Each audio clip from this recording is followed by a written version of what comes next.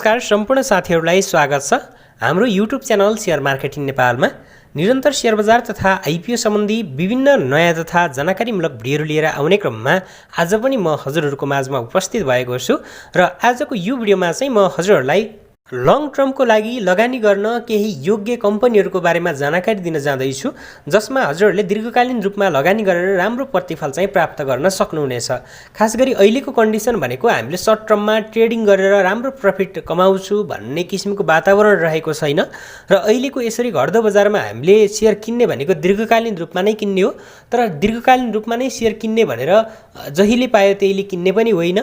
कति बेला किन्ने, कस्तो समयमा किन्ने, कसरी किन्ने, कस्ता कम्पनीहरूमा लगानी गर्ने, यो सम्पूर्ण कुराको जानकारी हजुरहरूले आजको यो भिडियोमा पाउनुहुनेछ र मैले केही 5 वटा सेक्टरहरूको बारेमा पनि जानकारी दिन जाँदैछु म आफूलाई राम्रो लागेका, जसमध्ये एउटा माइक्रो फाइनेन्स, त्यसैगरी कमर्सियल ब्याङ्क, त्यसैगरी hotel and tourism, manufacture and processing र लाइफ इन्सुरेन्स सेक्टरबाट चाहिँ एक एकवटा कम्पनी छनौट गरेको छु।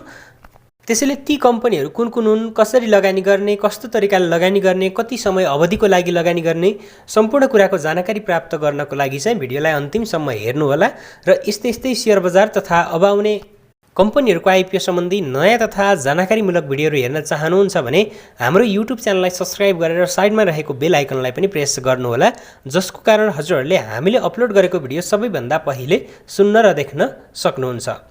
र आउनुहोस् अब हामी आजको विषयवस्तुतर्फ नै लागौँ। सबैभन्दा पहिले चाहिँ हामी कुन कुन कम्पनी रहेछन् ती 5 वटा कम्पनीहरूको बारेमा केही सामान्य छोटकरीमा चाहिँ चर्चा गरौँ। त्यसपछि कस्तो तरिकाले लगानी गर्ने, कसरी लगानी गर्ने भन्ने विषयमा पनि म जानकारी दिँदै जानेछु। र साथीहरू, पहिलो नम्बरमा चाहिँ होटल एन्ड टुरिज्म सेक्टरबाट रहेको छ। अब होटल एन्ड टुरिज्म सेक्टर नै किनकि यिनीहरूको वित्तीय अवस्था अलिकति विक रहेको छ, किन यो कम्पनीलाई हामीले दीर्घकालीन रूपमा छनौट गर्ने भन्ने किसिमको सोचाइ पनि हुन सक्दछ। होटल एन्ड टुरिज्म सेक्टर एउटा यस्तो सेक्टर हो जसलाई कोरोनाको कारणले गर्दा एकदमै प्रभावित बनायो, जसको वित्तीय आवरण पनि अहिलेको अवस्थामा चाहिँ हामीले हेर्ने हो भने नाजुक अवस्थामा रहेको छ। किनकि कोरोनाको बेलामा, लकडाउनको बेलामा विदेशबाट पर्यटकहरू आउने ठप्प नै भएको थियो, आन्तरिक पर्यटक पनि ठप्प नै भए निषेधाज्ञाको कारणले, लकडाउनको कारणले। र त्यस कारणले गर्दा कोरोनाको समयमा चाहिँ होटल एन्ड टुरिज्म सेक्टरको व्यवसाय नै चौपट भएको थियो, तर अहिले बिस्तारै त्यो सामान्य हुँदै गइरहेको छ। र अघिल्लो महिनामा मात्रै हामीले माघमा मात्रै डाटा हेर्ने हो भने 42,000 पर्यटक चाहिँ विदेशबाट नेपाल भित्रिएका छन्। त्यो पक्कै पनि होटल एन्ड टुरिज्म सेक्टरको लागि चाहिँ एउटा अवसर हो, हैन? राम्रै नै मान्नुपर्ने छ हामीले त्यसलाई। र त्यसअनुसार चाहिँ मैले अब लङ टर्मको लागि लगानी गर्ने हो भने होटल एन्ड टुरिज्म सेक्टरमा हामीलाई धेरै कम्पनी चाहिँ अप्सनमा छैनन्, तर त्यसमध्येबाट हामीले एउटा कम्पनी चाहिँ छनौट गर्न सकिन्छ। त्यही कारणले गर्दा चाहिँ मैले चन्द्रगिरी हिल्स लिमिटेडलाई चाहिँ लिएको छु, सिजिएचलाई। अब सिजिएचको मूल्य तपाईँहरूले सोल्टी होटल, ओरिएन्टल होटल, तारागाउँ रिजेन्सी होटलमा दाँच्नुहुन्छ भने त पक्कै पनि तिनीहरूको तुलनामा महँगो नै रहेको छ। तर यसमा चाहिँ चन्द्रगिरी हिल्समा होटल मात्रै रहेको छैन, यसमा चाहिँ मेन भनेको केबुल कार, त्यसै गरी भालेश्वर महादेव दर्शन, हैन? त्यसै गरी पिकनिक स्पोट, माथि गएर चाहिँ जिपलाइन लगायतका थुप्रै आकर्षण गराउने चिजहरू रहेका छन्। हामीले त्यसैले यसलाई चाहिँ अब एउटा लिस्टमा राख्न सकिन्छ र भविष्यमा चाहिँ यसले बन्जी जम्प पनि गराउने भन्ने किसिमका कुराहरू पनि सुनिएको छ। र त्यस कारणले गर्दा पनि यो चाहिँ अलिकति राम्रो लागेको छ मलाई। र हुन त अब यसको सेयर मूल्य एकदमै धेरै पुगेको थियो, 52 विकमा हेर्ने हो भने 2550 सम्म चाहिँ पुगेको रहेछ, तर 2550 भन्दा माथि पनि पुगेको छ यसको सेयर मूल्य। र त्यो चाहिँ आइपिओमा सूचीकृत भइसकेपछि पुगेको मूल्य हो। र त्यस पछाडि चाहिँ निरन्तर जसो घट्दै आइरहेको छ। अहिलेको अवस्थामा यसको चाहिँ मार्केट बियरिस नै भए पनि, मार्केट घट्दो क्रममा भए पनि यसको सेयर मूल्य चाहिँ घट्न सकिरहेको छैन। र अब यो भनेको चाहिँ हाम्रो लागि एउटा अवसर पनि हुनसक्छ दीर्घकालीन रूपमा। हामीले के बुझ्नुपर्छ भने बजार घटिरहेको बेलामा कुनै पनि कम्पनीको सेयर मूल्य घट्न मानिरहेको छैन, हैन? भने त्यस्तो अवस्थामा चाहिँ एकुमुलेसन भइरहेको छ त्यो कम्पनीमा भनेर बुझ्न सकिन्छ। भने बढ्दो बजारमा कुनै पनि कम्पनीको सेयर मूल्य बढ्न सकिरहेको छैन भने त्यस्तो बेलामा चाहिँ हामीले के बुझ्नुपर्छ भने डिस्ट्रिब्युसन भइरहेको छ, अर्थात् लगानीकर्ताहरूले सेयर बिक्री गरिरहेका छन्, खरिदको तुलनामा बिक्री चाप बढी छ भनेर बुझ्न सकिन्छ।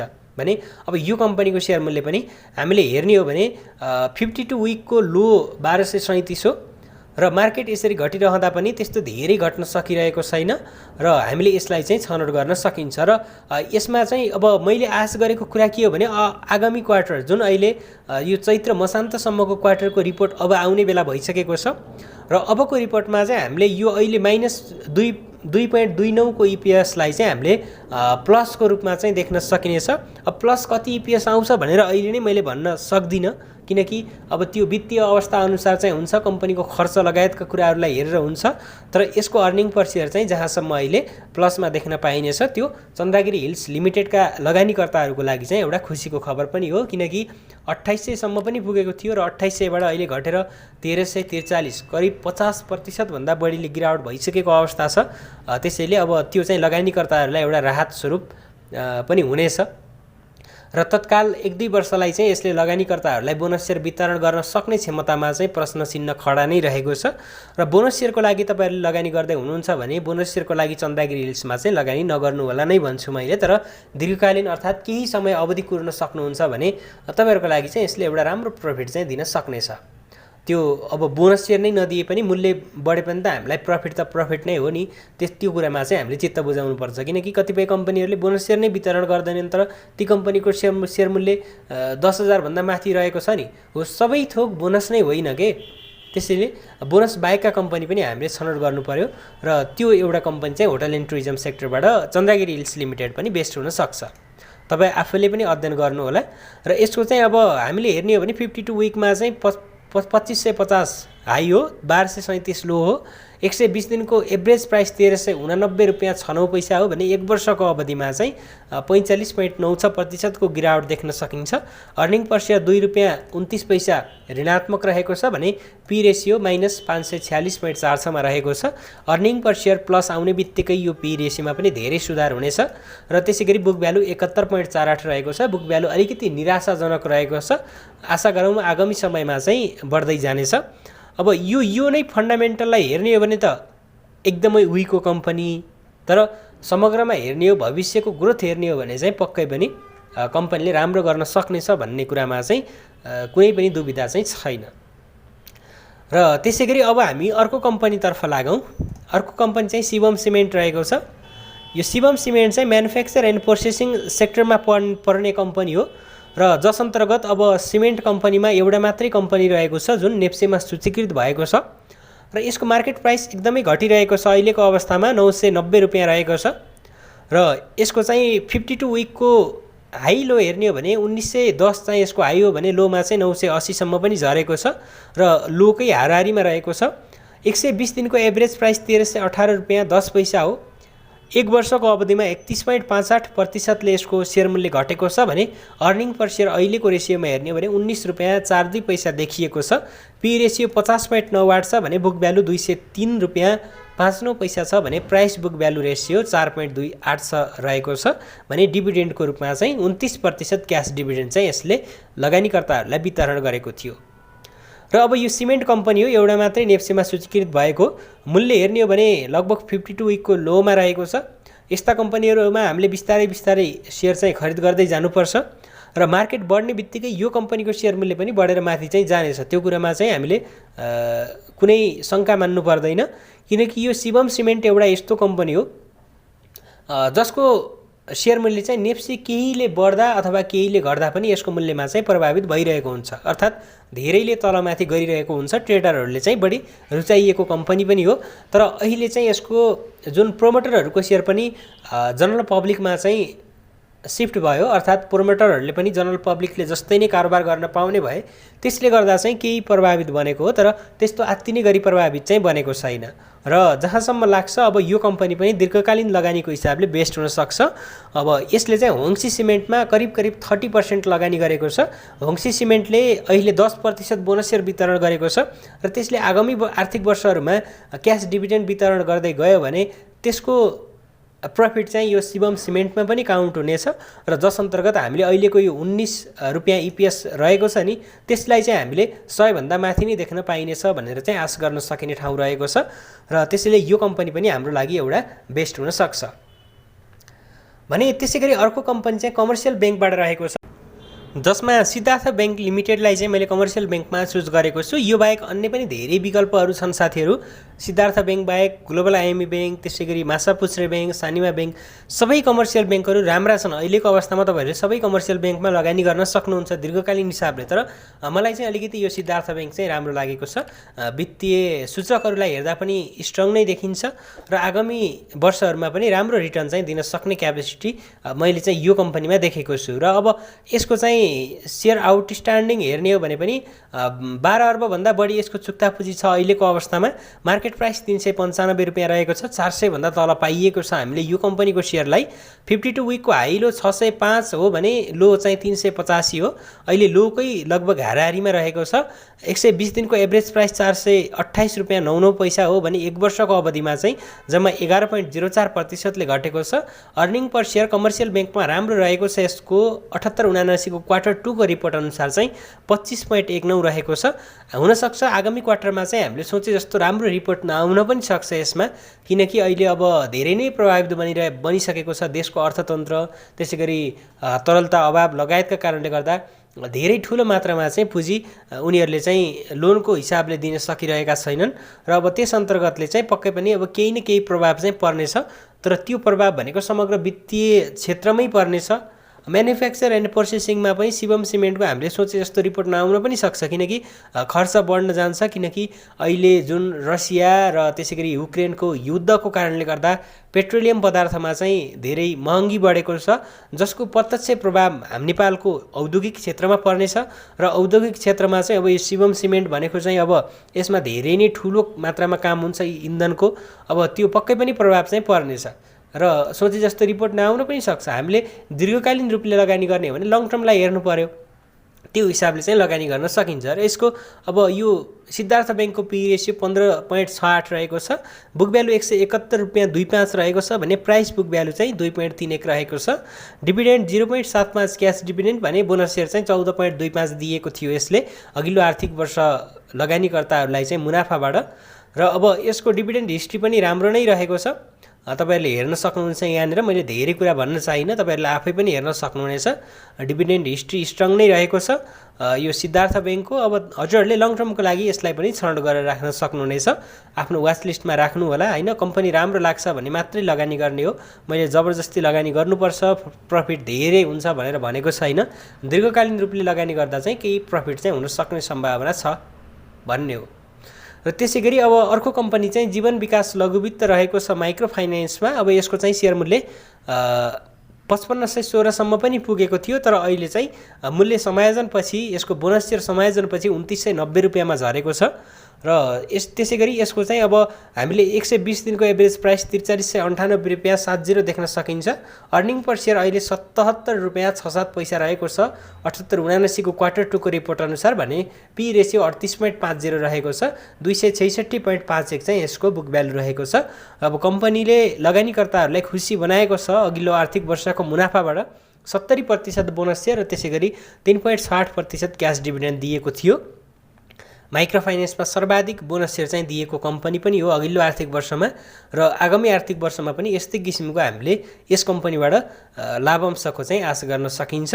त्यसैले दीर्घकालीन रूपले हेर्ने हो भने आगामी 5-7 वर्षसम्म यस कम्पनीको सेयर किनेर होल्ड गर्न सक्नुभयो भने तपाईहरुको लागि चाहिँ राम्रो रिटर्न यो कम्पनीले दिनेछ। वित्तीय अवस्था एकदमै मजबुत रहेको कम्पनी रहेको छ, त्यसैले माइक्रो फाइनेन्समा यो कम्पनी पनि बेस्ट हुन सक्छ।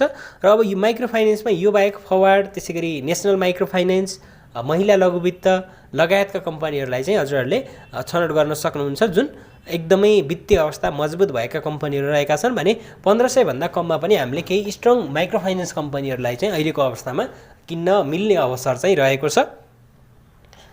र त्यसै गरी लाइफतिरबाट चाहिँ हामीले हेर्ने हो भने मैले नन लाइफमा कुनै पनि कम्पनी छनौट गरेको छैन, तपाईहरुले आफै नै हेरेर लिन सक्नुहुनेछ। पुँजी वृद्धिको कुरा पनि आइरहेको छ। अब पुँजी वृद्धिको लागि नै हेर्ने हो भने त लाइफ इन्सुरेन्समा पनि तपाईहरुले अब राइट सेयर खाने हो अथवा राइट सेयर ल्याउन सक्छ कम्पनीले भन्ने किसिमले सोचेर लगानी गर्दै हुनुहुन्छ भने तपाईहरुको लागि चाहिँ अब यो नेसनल लाइफ इन्सुरेन्स हैन, अब त्यसै गरी नेपाल लाइफ इन्सुरेन्स, एलआइसी त्यति उपयोगी नहुन सक्छन्। तर अब दीर्घकालीन रूपले हेर्ने हो भने मैले नेपाल लाइफ इन्सुरेन्सलाई चाहिँ अहिलेको मूल्यमा लिएर आएको छु, किनकि यसको सेयर मूल्य धेरै नै घटिसकेको अवस्था छ। 1 वर्षको आधारमा हेर्ने हो भने 52 विकको हाई 2247 हो भने लो चाहिँ 925 हो। अहिले 954 रुपैयाँ 90 पैसा पुगेको छ, एकदमै तल्लो बिन्दुमा रहेको छ। 2803,000 सम्म पनि छोएको थियो यसले, तर अहिले चाहिँ घटेर 954,000 भन्दा पनि तल आइरहेको छ। यो लङ टर्ममा लगानी गर्न चाहने लगानीकर्ताहरूको लागि चाहिँ एउटा राम्रो कुरा पनि हो। 1 वर्षको अवधिमा 54% घट्नु भनेको धेरै नै हो घटाइ, र बुक भ्यालु 121 रुपैयाँ 35 देखिएको छ। अब एउटा लाइफ इन्सुरेन्स कम्पनीमा लगानीकर्ताहरूलाई राम्रो बोनस सेयर चाहिँ वितरण गरिरहेको कम्पनी पनि हो, र हामीले चाहिँ यो लाभांशको इतिहास, यसको बोनस सेयर, अब यही अनुसारको बोनस सेयर चाहिँ हामीले अहिलेको अवस्थामा चाहिँ आश गर्न सकिने ठाउँ छैन। आश गर्न नगर्दा पनि हुन्छ। तपाईँहरूले अब दीर्घकालीन रूपले लगानी गर्ने हो भने यो मूल्यमा चाहिँ तपाईँहरूले लाइफ इन्सुरेन्सबाट यसलाई चाहिँ छनौट गर्न सक्नुहुन्छ।